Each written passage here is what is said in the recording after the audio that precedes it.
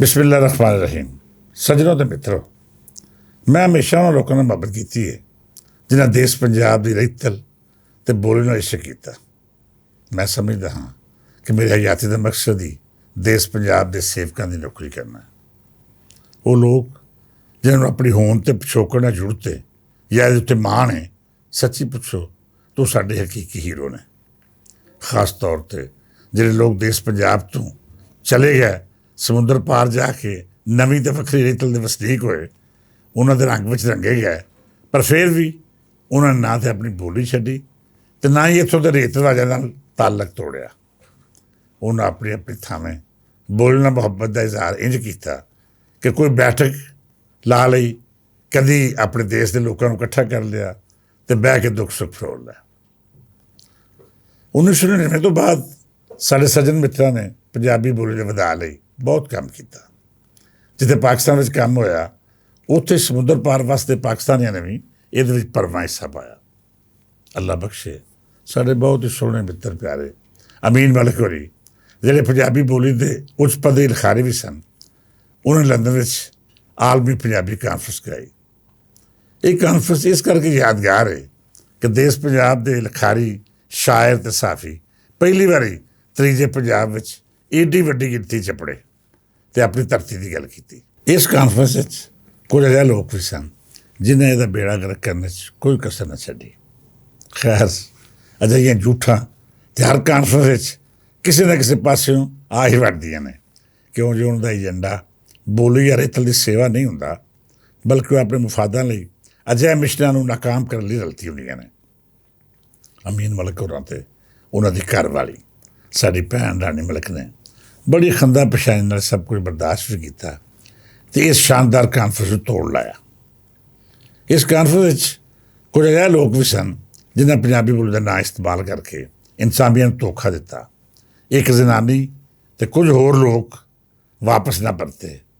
ਉਹਨਾਂ ਕੁਝ ਹਾਸਲ ਤਾਂ ਨਹੀਂ ਕੀਤਾ, ਸ਼ਾਇਦ ਉਹ ਇਹ ਵੀ ਨਹੀਂ ਸੀ ਜਾਣਦੇ ਕਿ ਨਵੀਂ ਧਰਤੀ ਉੱਤੇ ਜਾ ਕੇ ਕਿਵੇਂ ਪੈਰ ਪੱਕੇ ਕਰਨੇ ਨੇ। ਸੋ ਕੁਝ ਅਰਸੇ ਮਗਰੋਂ ਡਿਪੋਰਟ ਕਰਤੇ ਗਏ। ਤਾਂ ਜਿਨ੍ਹਾਂ ਦੇ ਅੰਦਰ ਚਲਾਕੀ ਅਤੇ ਮੌਕੇ ਤੋਂ ਫਾਇਦਾ ਚੁੱਕਣ ਦੀ ਮਹਾਰਤ ਸੀ, ਉਹਨਾਂ ਨੇ ਨਾ ਮਜ਼ਹਬ ਵੇਖਿਆ ਅਤੇ ਨਾ ਦੀਨ ਈਮਾਨ ਅਤੇ ਨਾ ਹੀ ਆਪਣੀਆਂ ਕਦਰਾਂ, ਕਿਸੇ ਨਾ ਕਿਸੇ ਹਵਾਲੇ ਨਾਲ ਉੱਥੇ ਪਨਾਹ ਲੈ ਲਈ, ਵਿਆਹ ਕਰ ਲੈ ਅਤੇ ਫਿਰ ਬਾਲ ਵੀ ਜੰਮ ਲੈ। ਮੈਂ ਸਮਝਦਾ ਹਾਂ ਕਿ ਜਿਹੜੇ ਲੋਕ ਪੰਜਾਬੀ ਬੋਲੀ ਦੀ ਆੜ ਵਿੱਚ ਆਪਣੀਆਂ ਦੁਕਾਨਾਂ ਚਮਕਾਉਂਦੇ ਨੇ ਜਾਂ ਫਿਰ ਇਹਨੂੰ ਜ਼ਰੀਆ ਬਣਾ ਕੇ ਆਪਣੇ ਜ਼ਾਤੀ ਫਾਇਦੇ ਲਈ ਇਸਤੇਮਾਲ ਕਰਦੇ ਨੇ, ਉਹਨਾਂ ਤੋਂ ਕੁਝ ਬਾਈਦ ਨਹੀਂ ਕਿ ਉਹ ਕਿਸੇ ਵੀ ਹੱਦ ਤੱਕ ਡਿੱਗ ਪੈਣ। ਜ਼ਬਾਨ ਅਤੇ ਰਹਿਤਲ ਵੀ ਬੰਦੇ ਦੀ ਮਾਂ ਹੁੰਦੀ ਹੈ। ਜਦੋਂ ਤੁਸੀਂ ਮਾਂ ਦੀ ਆੜ ਲੈ ਕੇ 2 ਨੰਬਰੀ ਕਰਦੇ ਹੋ ਅਤੇ ਦੂਜੇ ਅੱਖਰਾਂ 'ਚ ਆਪਣੀ ਮਾਂ ਨੂੰ ਵੇਚਦੇ ਹੋ, ਫਿਰ ਤੁਹਾਡੇ ਤੋਂ ਵੱਡਾ ਬੇਗੈਰਤ ਕੌਣ ਹੋ ਸਕਦਾ ਹੈ। ਆਪਣੇ ਆਪਣੇ ਜ਼ਮੀਰ ਦੀ ਗੱਲ ਹੈ, ਆਪਣੀ ਆਪਣੀ ਸੋਚ ਦੀ ਗੱਲ ਹੈ। ਕੋਈ ਆਪਣਾ ਸਾਰਾ ਕੋਈ ਰੋੜ ਕੇ ਵੀ ਪੰਜਾਬੀ ਬੋਲੀ ਨਾਲ ਅਜਿਹਾ ਰਿਸ਼ਤਾ ਕਾਇਮ ਕਰਦੇ ਨੇ ਕਿ ਉਹਨਾਂ ਦੀ ਪਹਿਚਾਣ ਹੀ ਆਪਣੀ ਧਰਤੀ 'ਤੇ ਮਿੱਟੀ ਬਣ ਜਾਂਦੀ ਹੈ। ਅਤੇ ਕੁਝ ਅਜਿਹੇ ਵੀ ਹੁੰਦੇ ਨੇ ਜਿਹੜਾ ਆਪਣੀ ਮਾਂ ਦਾ ਮੁੱਲ ਕੋਈ ਦੁਨੀਆ ਦੇ ਫਾਇਦੇ ਦੀ ਸੂਰਤ 'ਚ ਵਰਤ ਲੈਂਦੇ ਨੇ। ਬਹਰਹਾਲ, ਜਿੱਥੇ ਬੋਲੀ ਦਾ ਨਾਂ ਵਰਤ ਕੇ ਫਾਇਦੇ ਚੁੱਕਣ ਵਾਲੇ ਕਮ ਜ਼ਰਫ ਅਤੇ ਘਟੀਆ ਲੋਕ ਮੌਜੂਦ ਨੇ, ਉੱਥੇ ਕਈ ਅਜਿਹੇ ਵੀ ਹਨ ਜਿਨ੍ਹਾਂ ਸੱਤ ਸਮੁੰਦਰ ਪਾਰ ਜਾ ਕੇ ਆਪਣਾ ਪੰਜਾਬ ਵਸਾਇਆ। ਉਹ ਸੱਤ ਸਮੁੰਦਰ ਪਾਰ ਬਹਿ ਕੇ ਦੇਸ਼ ਪੰਜਾਬ ਦੇ ਹੱਕਾਂ ਦਾ ਮੁਕੱਦਮਾ ਲੜਦੇ ਨੇ।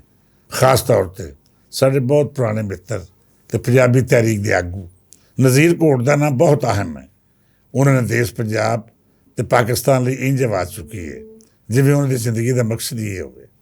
ਪਿਛਲੇ ਦਿਨਾਂ ਵਿੱਚ ਮੈਨਚੈਸਟਰ 'ਚ ਬੈਠੀਆਂ ਕੁਝ ਝੂਠਾਂ ਨੇ ਨਜ਼ੀਰ ਘੋਟ ਅਤੇ ਸਾਡੇ ਇੱਕ ਹੋਰ ਮਿੱਤਰ ਪਿਆਰੇ ਨਾਸਰ ਸ਼ਹਜ਼ਾਦ ਦੇ ਹਵਾਲੇ ਨਾਲ ਬਕਵਾਸ ਕੀਤੀ ਅਤੇ ਮੈਂ ਆਖਿਆ ਕਿ ਦਰ ਹਕੀਕਤ ਇਹਨਾਂ ਨੂੰ ਤਕਲੀਫ ਪੰਜਾਬ ਦਾ ਮੁਕੱਦਮਾ ਆਲਮੀਅਤ ਪੱਧਰ ਉੱਤੇ ਪੇਸ਼ ਕਰਨ ਦੀ ਹੈ। ਇਹਨਾਂ ਵਿੱਚੋਂ ਇੱਕ ਪੀਪਲ ਪਾਰਟੀ ਦੀ ਜ਼ਰੂਰਤ ਰੱਖਣ ਵਾਲੀ ਨਾਮ ਨਿਹਾਦ ਜ਼ਨਾਨੀ ਵੀ ਸੀ, ਜਿਹਨੇ ਬਹੁਤ ਗੰਦੇ ਅੱਖਰਾਂ ਵਿੱਚ ਪੰਜਾਬੀ ਤਹਿਰੀਕ ਦੇ ਇਹਨਾਂ ਆਗੂਆਂ ਬਾਰੇ ਗੱਲ ਕੀਤੀ। ਮੈਂ ਇਸ ਜ਼ਨਾਨੀ ਦੀ ਬੜੀ ਇੱਜ਼ਤ ਕਰਦਾ ਸਾਂ, ਇਹਨੂੰ ਮਾਣ ਵੀ ਦਿੱਤਾ, ਪਰ ਜਦ ਬੰਦਾ ਇੱਜ਼ਤ ਹਜ਼ਮ ਨਾ ਕਰੇ ਫਿਰ ਉਹਨੂੰ ਅਜਿਹੀ ਉਲਟੀ ਆਉਂਦੀ ਹੈ ਜਿਹਦੀ ਬੋਰ ਨਾਲ ਆਲੇ ਦੁਆਲੇ ਦਾ ਸਾਰਾ ਮਾਹੌਲ ਹੀ ਖਰਾਬ ਹੋ ਜਾਂਦਾ ਹੈ। ਹੁਣ ਇੱਕ ਵਾਰੀ ਫਿਰ ਇਹ ਦੇਸ਼ ਪੰਜਾਬ ਦੀ ਕਿਆਦਤ ਦੇ ਖਿਲਾਫ ਮੁਹਿੰਮ ਚਲਾ ਰਹੀ ਹੈ, ਕਿਉਂ ਜੀ ਇਹ ਪੰਜਾਬ ਦੀ ਵੰਡ ਲਈ ਉਸ ਤਹਿਰੀਕ ਦਾ ਹਿੱਸਾ ਹੈ ਜਿਹਦੀ ਡਿਊਟੀ ਪੰਜਾਬ ਦਾ ਮੁਕੱਦਮਾ ਲੜਨ ਵਾਲਿਆਂ ਦੀ ਕਿਰਦਾਰ ਕੁਸ਼ੀ ਕਰਨਾ ਹੈ। ਮੈਂ ਹਮੇਸ਼ਾ ਆਖਦਾ ਰਿਹਾ ਹਾਂ ਕਿ ਤੁਸੀਂ ਕਪੱਤੀ ਜ਼ਨਾਨੀ ਜਾਂ 2 ਨੰਬਰ ਰਨ ਨਾਲ ਮੱਥਾ ਨਹੀਂ ਲਾ ਸਕਦੇ, ਪਰ ਜੇਕਰ ਤੁਸੀਂ ਅਸੂਲਾਂ ਉੱਤੇ ਆਪਣੀ ਜੰਗ ਲੜ ਰਹੇ ਹੋ, ਤੁਹਾਡਾ ਮਕਸਦ ਆਪਣੀ ਬੋਲੀ ਅਤੇ ਇਹਦੀ ਬਕਾ ਹੈ, ਫਿਰ ਤੁਹਾਨੂੰ ਕੋਈ ਡਰ ਨਹੀਂ ਹੋਣਾ ਚਾਹੀਦਾ। ਕੋਈ ਗੰਦੀ ਟੂੰਬ ਗੰਦ ਉਡਾਵੇ ਤਾਂ ਤੁਹਾਨੂੰ ਇਸ ਕਰਕੇ ਪਰੇਸ਼ਾਨ ਨਹੀਂ ਹੋਣਾ ਚਾਹੀਦਾ ਕਿ ਮੇਰੇ ਕੱਪੜੇ ਮੈਲੇ ਹੋ ਜਾਣਗੇ, ਇਹਦੇ ਅੰਦਰ ਦੀ ਗਲਾਜ਼ਤ ਛਿੱਟਾ ਬਣ ਕੇ ਮੇਰੇ ਉੱਤੇ ਪੈ ਗਈ। ਜੇਕਰ ਤੁਹਾਡਾ ਏਜੰਡਾ ਆਪਣੀ ਬੋਲੀ ਅਤੇ ਰਹਿਤਲ ਨਾਲ ਖਲੂਸ ਉੱਤੇ ਮਬਨੀ ਹੈ, ਅਤੇ ਫਿਰ ਤੁਹਾਡੇ ਨਾਲ ਉਹ ਮੁਖਲਸ ਲੋਕ ਰਲਣਗੇ ਜਿਨ੍ਹਾਂ ਦਾ ਮਿਸ਼ਨ ਆਪਣੀ ਬੋਲੀ ਅਤੇ ਰਹਿਤਲ ਦੀ ਪਹਿਚਾਣ ਹੈ।